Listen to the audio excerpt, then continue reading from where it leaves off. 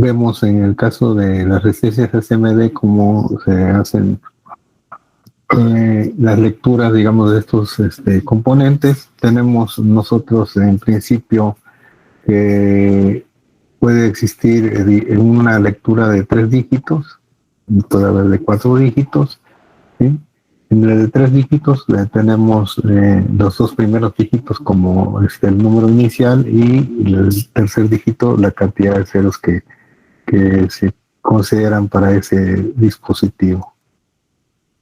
De alguna manera podemos ver aquí en este ejemplo que tenemos el 47, que serían los 2 primeros dígitos, y tenemos 2, que serían 2 ceros que van a considerarse para este dispositivo. Entonces tenemos los 4.7 kilo ohms, el valor de esta resistencia, ¿sí? Entonces, de nuevo, tenemos los 3 dígitos. Los 2 primeros es el número inicial y el tercero es la cantidad de ceros. En el primer ejemplo vemos que tenemos en el cuerpo de este componente un número 100. Por lo tanto, vamos a tener nosotros los 2 primeros dígitos, que va a ser 10. Y 0, pues no tiene este valor, van a ser 10 ohms. Tenemos 101, entonces vamos a tener nosotros 10 como los 2 primeros dígitos, y luego vamos a tener un 0, va a ser una resistencia de 100 ohms. Posteriormente tenemos otro ejemplo que dice que es 221, va a ser los 2 primeros dígitos 22 y un 0, va a ser 220 ohms. 102 va a ser los 2 primeros dígitos 10 y 2 ceros, entonces vamos a tener 1 kilo ohm. Para el caso de 472 va a ser 47 y 2 ceros, pues vamos a tener los 4.7 kilo ohms. El 103 va a ser 10 y 3 ceros, va a ser 10 kilo ohms.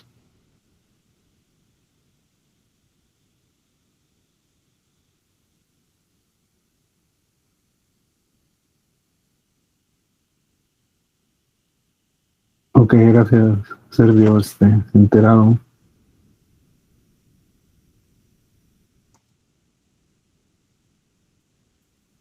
Perdón,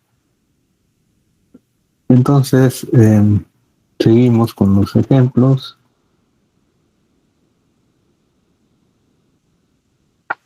Entonces tenemos 47, que son los 2 primeros dígitos, y 3 ceros, va a ser 47 kilo ohms, y va a ser una tolerancia de más o menos 5%.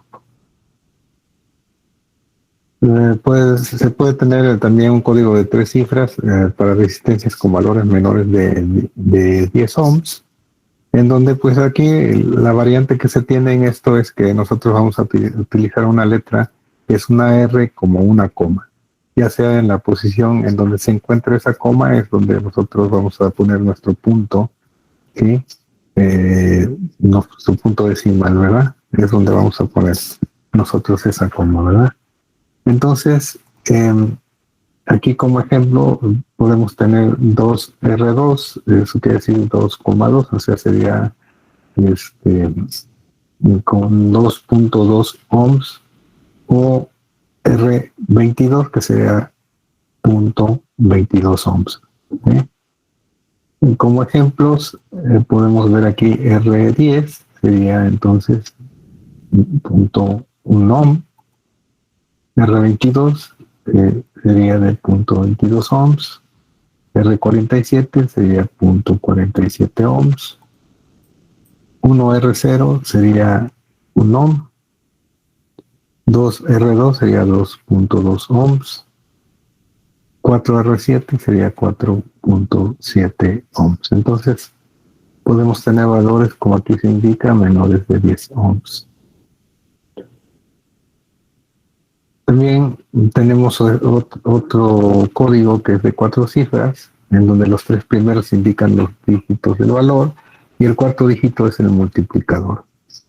¿Sí? es para los resistencias de precisión. Aquí podemos ver nosotros que tenemos 330, y el número 2, que es el número de ceros, que serían dos ceros, ¿sí?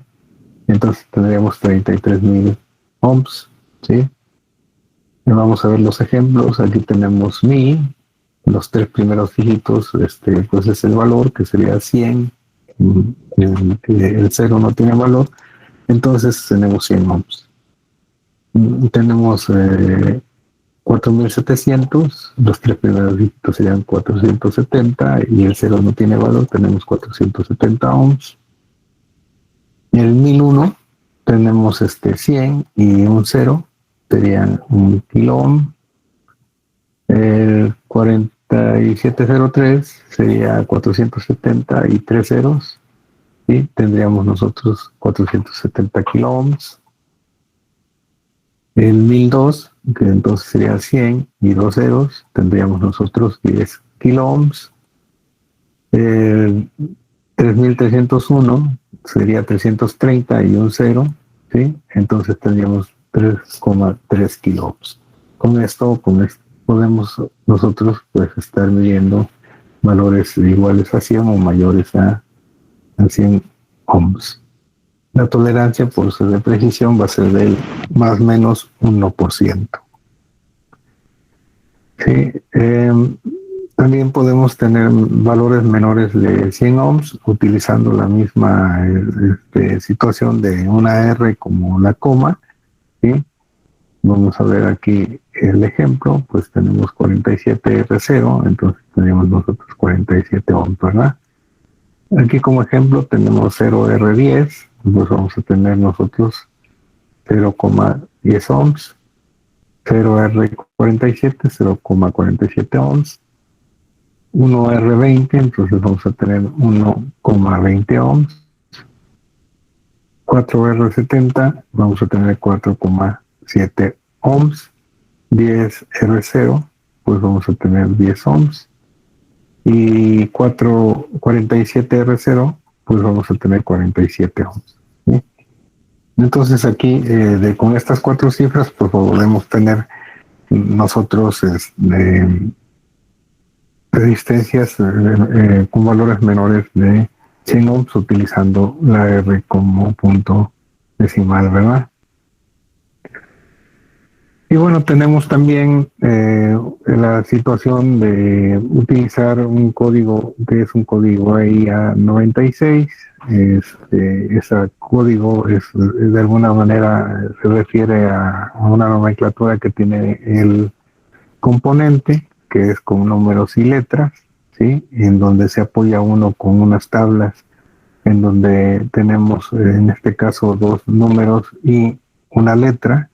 Los dos números indican los dos primeros dígitos de acuerdo a un código o en una tabla, y la letra es un multiplicador. Entonces, el código 01 es de 100, 02 es de 102, y así sucesivamente vamos a tener para cada uno de ellos, por ejemplo, el 96, el 976, el valor, ¿sí?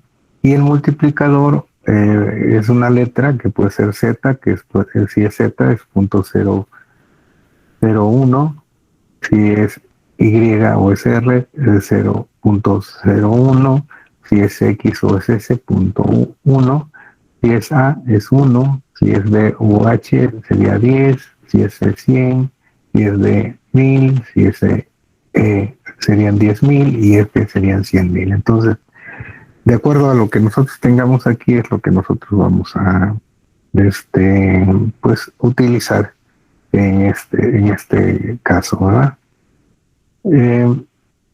Podemos tener aquí, por ejemplo, el 01Y, entonces buscamos 01 que es 100 y vemos Y que es .01, entonces son 100 por .01 nos da un ohm, ¿sí? Tenemos la otra que sería 12X, buscamos en la tabla 12, que sería 130, y X sería por .1, entonces tendríamos 13 ohms. 0,1A tendríamos 100 por A, que sería 1, entonces serían 100 ohms. 18B, vemos el 18, ¿sí? Que sería 150, y B sería 10, entonces tendremos 150 por 10, sería 1.5 kilo ohms. 30C, entonces vemos 30, encontramos el 30, que sería 200, ¿sí? Y C sería por 100, entonces tendríamos 20 kilo ohms. 52D, buscamos el 52, sería 340, y D, que sería 1000, entonces serían 340K ohms. ¿Sí? Entonces con esto podemos nosotros pues hacer la lectura de los dispositivos de montaje superficial en el caso de las resistencias. Y podemos ver que para el caso de los dispositivos de 3 cifras, pues tenemos una tolerancia del 5%, y en el caso de 4 cifras y la tabla EIA96, tenemos una tolerancia de un 1%. La potencia en las resistencias, pues obviamente es por el cuerpo del dispositivo o del componente. Por eso de alguna manera nos marcan a nosotros lo que puede ser el largo del dispositivo y el ancho, ¿sí? Y esas características en cuanto a su tamaño, pues nos va a dar la potencia que se debe que debe tener el dispositivo de acuerdo al fabricante. Por ejemplo, es de 0.6 milímetros por 0.3 milímetros, va a ser de un 20avo de watt, de 1 por 0.5 de un 16avo, de 1.6 por 0.8 de un 16avo, de 2 por 1.25 va a ser de un 10avo, y de 3.2 a 1.6 es de un octavo, de 3.2 a 2.5 es de un cuarto, ¿sí? Y el máximo, que sería de 6.35 milímetros a 3.2 milímetros, sería de un watt. Entonces, con esto nosotros podemos ver el tamaño digamos, que se tiene, y eso refleja la potencia que puede manejar el dispositivo, ¿sí? Entonces esa potencia, recuerden ustedes que los cálculos que vayan a hacer en su circuito, pues el circuito pues va a tener una corriente que va a estar circulando a través de él y va a tener una caída de voltaje. Con estos dos valores pues podemos encontrar la potencia que de alguna manera requiere disipar el dispositivo, ¿sí? Siempre de alguna forma se recomienda que si nosotros tenemos, por decir un ejemplo, si tenemos una resistencia de 1 watt y la corriente que va a circular a través de ella y va a generar una potencia, y con el voltaje que va a tener, va a generar una potencia, por decir, de 950 miliwatts, y nosotros tenemos una de 1 watt, está muy justo el valor que tenemos, sí, que puede ser que con alguna variación o algo la resistencia se dañe, o con el paso del tiempo, como está en el límite superior, pues puede ser que se vaya afectando poco a poco y se dañe finalmente. Por lo tanto, pues debemos de tener, no sé, por ejemplo, que si fuese 700 miliamperes o 650 miliamperes, le ponemos la de 1 watt, porque ya tenemos una cierta protección ahí, al menos como un 30-40%, sí, de la corriente que se va a pasar, perdón, de la corriente, no, de la potencia que vamos a consumir nosotros en el dispositivo, que sería de este ejemplo que les decía, de, no sé, de 600 o 650 miliwatts, y que vamos a tener una resistencia que va a manejar 1 watt. Entonces, con eso de alguna forma se protege al dispositivo. En todos los casos, los dispositivos pues van a marcarnos a nosotros valores máximos, que son los que nos están diciendo, ya sea de corriente, de voltaje, de potencia, de frecuencia, de temperatura, ¿sí? Entonces nosotros debemos de tener ese cuidado de cuando hacemos el cálculo, pues que no esté muy pegado a los valores máximos, sino que tenga una cierta holgura para poder tener la protección del dispositivo.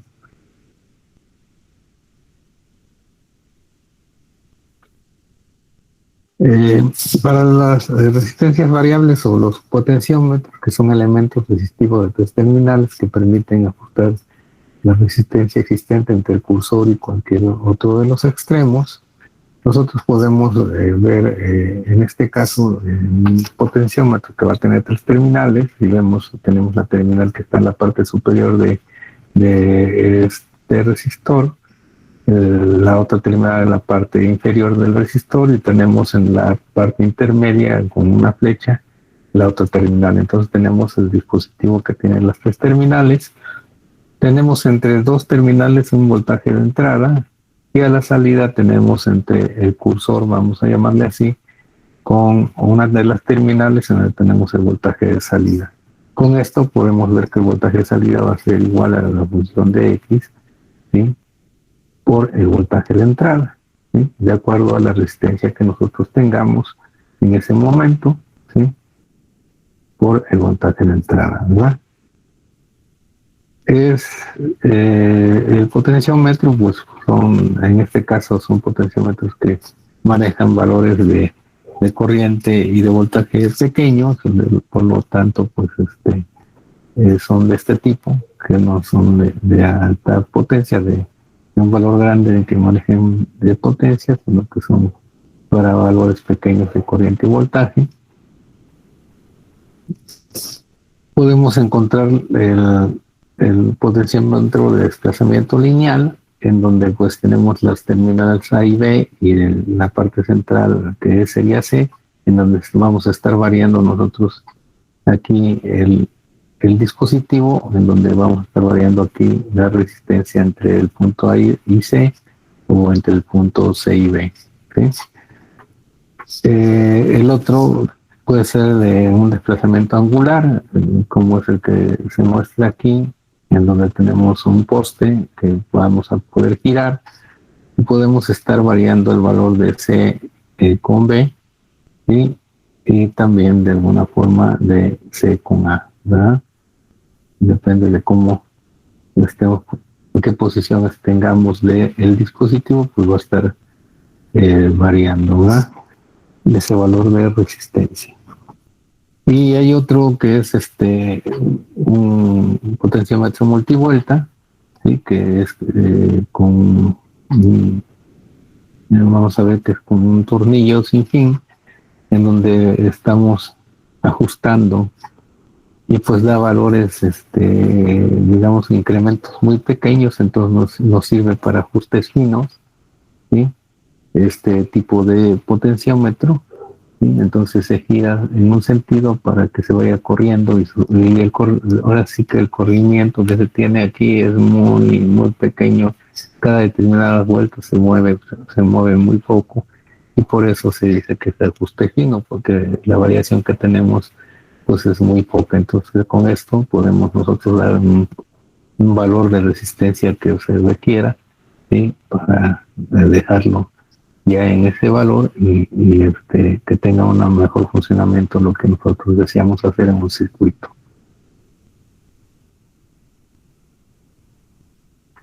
Entonces, según la función f de x, se clasifican en lineales, en donde vamos a tener nosotros, de acuerdo a esto, las variaciones que se puedan tener, que se va a comportar como una línea recta, o logarítmicos, que se utilizan generalmente en audio. La adaptación del oído humano pues es un comportamiento logarítmico que se acopla perfectamente a él, que va a tener una curva logarítmica, o también están los antilogarítmicos, logarítmicos inversos, ¿sí? Entonces podemos ver nosotros gráficamente aquí que pues los lineales, que son los de color rojo, los logarítmicos, que son los de color verde, y los logarítmicos inversos, que son los color azul.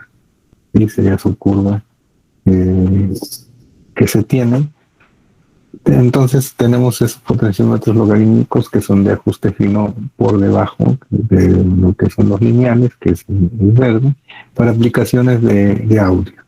Y potenciómetros logarítmicos inversos para ajuste fino de alguna forma arriba del lineal, ¿verdad?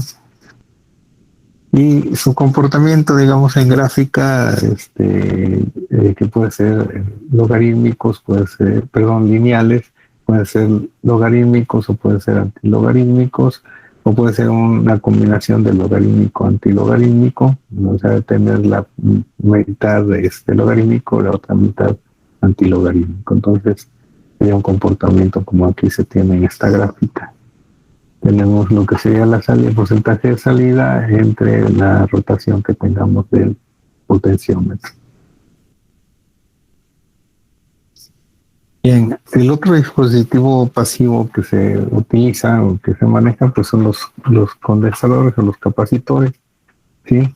Existen diferentes capacitores, uno de ellos es el condensador electrolítico. Estos son elementos que de alguna manera ofrecen una relación de capacidad con respecto al volumen y tienen polaridad. Estos elementos se utilizan de alguna manera para hacer filtrados de pequeños picos que se tienen en unas señales de corriente directa que se denominan como rizos. Entonces como que aplana esos rizos con este capacitor, ¿sí? Presenta pérdidas elevadas, solo funcionan bien a frecuencias bajas, menores de 1 kHz, puede ser de aluminio o puede ser de tantalio, ¿sí? Tenemos los condensadores cerámicos. Estos son condensadores que tienen de alguna forma un tamaño menor, ¿sí? Presentan pocas pérdidas y gran estabilidad. Sí, funcionan muy bien a frecuencias elevadas, se manejan para señal, o sea que se tienen frecuencias que pueden ser de 10 a 100 MHz. No alcanzan valores de capacidad muy altos. Los valores de capacidad muy altos pueden ser del orden de picofaradios o algún microfaradio. No soporta corrientes muy altas, ¿sí? O sea, como son de señal, pues son de baja corriente, y los voltajes pues se pueden tener de 50 o de 100 volts, que también son voltajes que no son muy elevados, ¿sí? Entonces, como son elementos pequeños, pues es lo que pueden manejar, que son generalmente para uso de señal, que son de algún valor de frecuencia determinado. Tenemos de plástico que son también similares al anterior, pero que tienen un mayor ancho de banda. Esto quiere decir que trabajan a frecuencias más altas o más elevadas, ¿sí? Y pues los valores también se tienen hacia a valores pequeños de capacidad. Para los condensadores capacitores, pues nosotros debemos conocer el valor capacitivo y su tolerancia, ¿sí? Representa la máxima tensión que puede soportar el condensador sin deteriorarse. Determina junto con la capacidad la máxima energía que puede almacenar el condensador, ¿sí?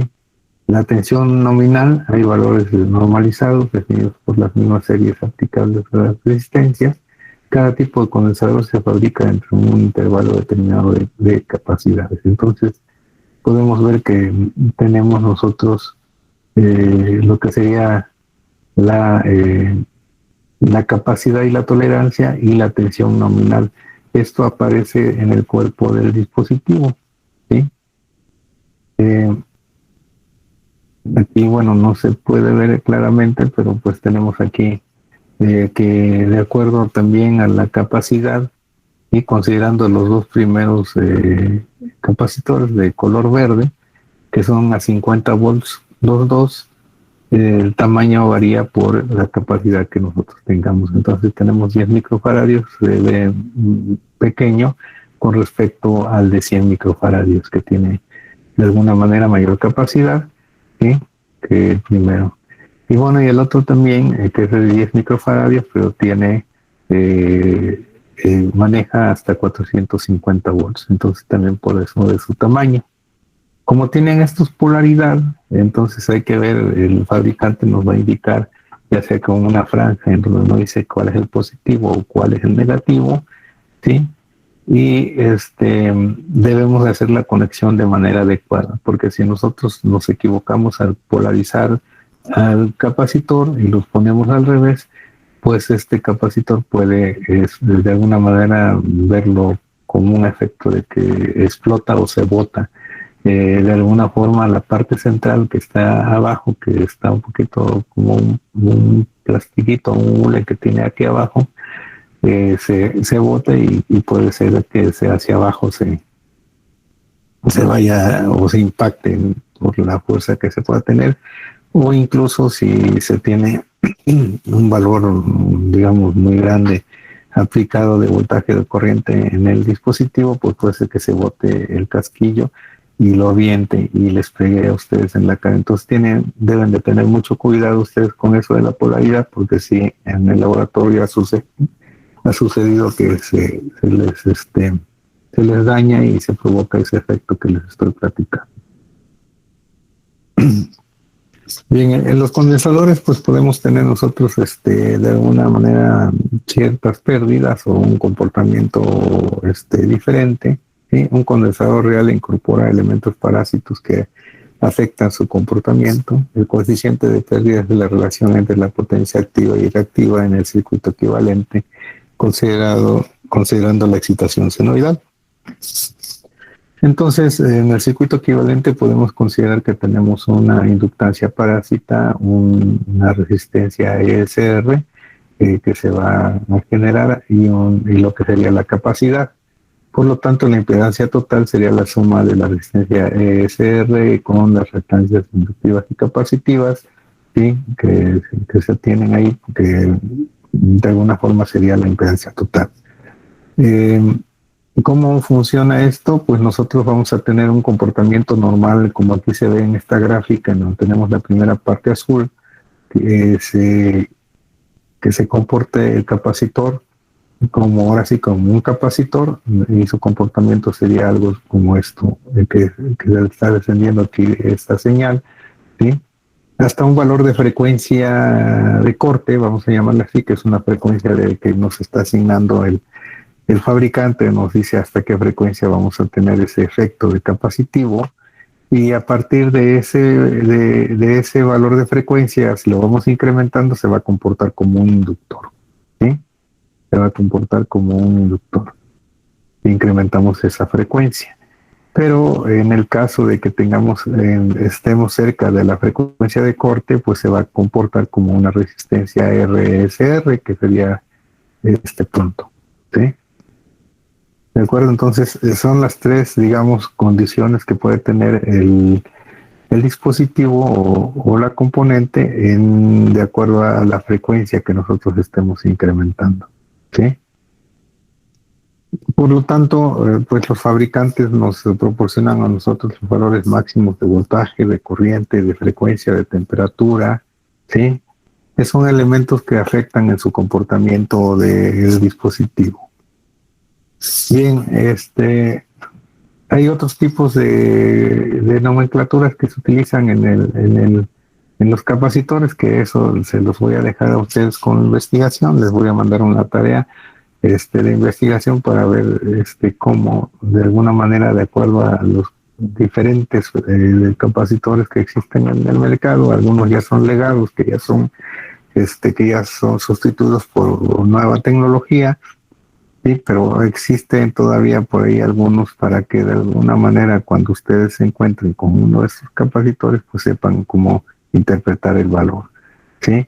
Entonces, pues aquí vienen diferentes formas. En este primer caso nos indican con un 403, pero es un código que nosotros debemos de ver, digamos, en una tabla, que esto representa lo que serían 40 nanofaradios, ¿sí? Y es la información que tiene. Hay otro que puede tener aquí que dice 0 J.047 a J630, en donde pues el primero nos está indicando la capacidad, el segundo el voltaje que puede manejar, y que de acuerdo también a una relación o alguna interpretación que se tenga indica que son 47 nanofaradios más o menos 5% a 630 volts, y así sucesivamente para los otros ejemplos que tenemos aquí.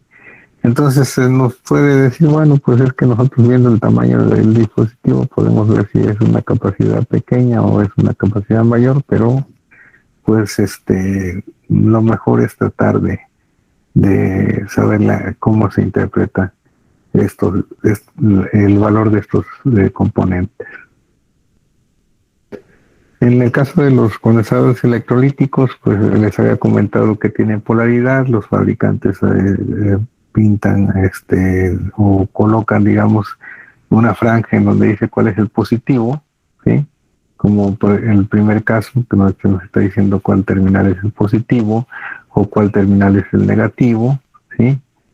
O se interpreta, digamos, en el tercer caso, en donde tenemos nosotros la parte más delgada, digamos, del cilindro, que podemos nosotros considerar que es el positivo por una situación, digamos, de nomenclatura ya estandarizada, ¿sí? O que podemos nosotros también determinar si una de las terminales es más corta o más larga, ¿sí? Cuál sería el positivo, ¿verdad? ¿Sí? En este caso se tienen las terminales en un extremo y el otro, y en donde tenemos en el tercer caso, donde tenemos aquí la parte más delgada del cilindro, pues va a considerarse como positivo, y en este caso tenemos las dos terminales en una cara, ¿sí? Entonces se nos va a indicar si es una más larga o la otra más corta, cuál es el positivo. En este caso el positivo es la que se tiene como más larga, ¿sí? De las terminales. En los condensadores de tantalio tenemos nosotros indicado por el fabricante cuál es el positivo, entonces nos dicen, porque esos también son capacitores que se polarizan. Los otros elementos que se tienen son los componentes magnéticos, en este caso lo que son los transformadores y las bobinas. Los transformadores, pues, por lo general, su composición pues es con un primario, un devanado que se tiene en el primario, y se tiene un secundario, ¿sí? En donde puede ser un transformador que puede ser un reductor de voltaje, por decir, entra en el primario un voltaje elevado y baja ese voltaje de acuerdo al devanado que se tenga, ¿no? En la entrada va a tener un cierto número de vueltas y en la salida va a tener un cierto número de vueltas que va a ser menor. Por lo tanto, pues nos va a reducir el voltaje de entrada. O puede ser que sean, digamos, de valor unitario, en donde lo que entra es lo mismo que sale. ¿Esto qué quiere decir? Que pues tenemos el mismo número de vueltas en el primario como en el secundario, ¿sí? Y nos sirve, digamos, para acoplamiento de etapas de un circuito determinado. O puede ser que se tenga un primario y dos secundarios, ¿sí? Así de como lo tenemos aquí separados. O puede ser que sea lo que se llama como un transformador que tiene un primario con devanado con una, digamos, que tiene como una parte intermedia, ¿sí? En donde tenemos nosotros algo parecido a esto, pero con el mismo, como si estuviera unida las terminales que tenemos en uno de los extremos de los secundarios, o estas dos estuvieran unidas, ¿sí? Que sería con derivación central, ¿sí? Eso es lo que de alguna manera se puede tener en los transformadores, o puede tener más salidas. Aquí tiene dos, puede tener tres, ¿sí? Entonces, es lo que se puede tener como un transformador. El transformador obviamente va a manejar lo que sería el voltaje de entrada, ¿sí? va a manejar o va a estar diseñado para trabajar en una frecuencia determinada. En este caso, la frecuencia que tenemos en México es de 60 Hz, y nosotros lo vamos a colocar, digamos, a la línea, pues va a ser de 120 volts, ¿sí? Y pues también de acuerdo al tamaño del dispositivo va a manejarse la potencia del dispositivo. Esto quiere decir que puede pues manejar quizás una potencia determinada o una corriente determinada, ¿sí?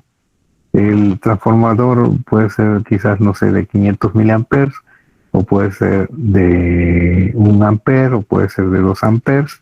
Entonces, dependiendo del amperaje que maneja el transformador, va a ser el tamaño del transformador. Y para esto, pues generalmente lo utilizamos en el caso, digamos, de que vamos a hacer una fuente lineal.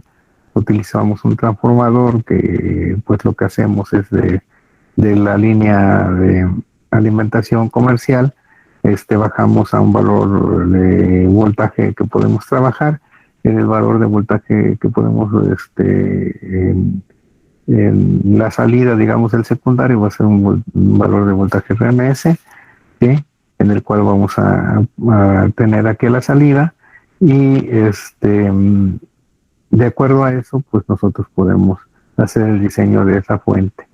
Entonces, si ese transformador es de 1 amper, por ejemplo, y yo diseñé una fuente que va a tener un cierto valor de voltaje a la salida con una corriente máxima de 500 miliamperes, pues es adecuado utilizar ese transformador de 1 amper.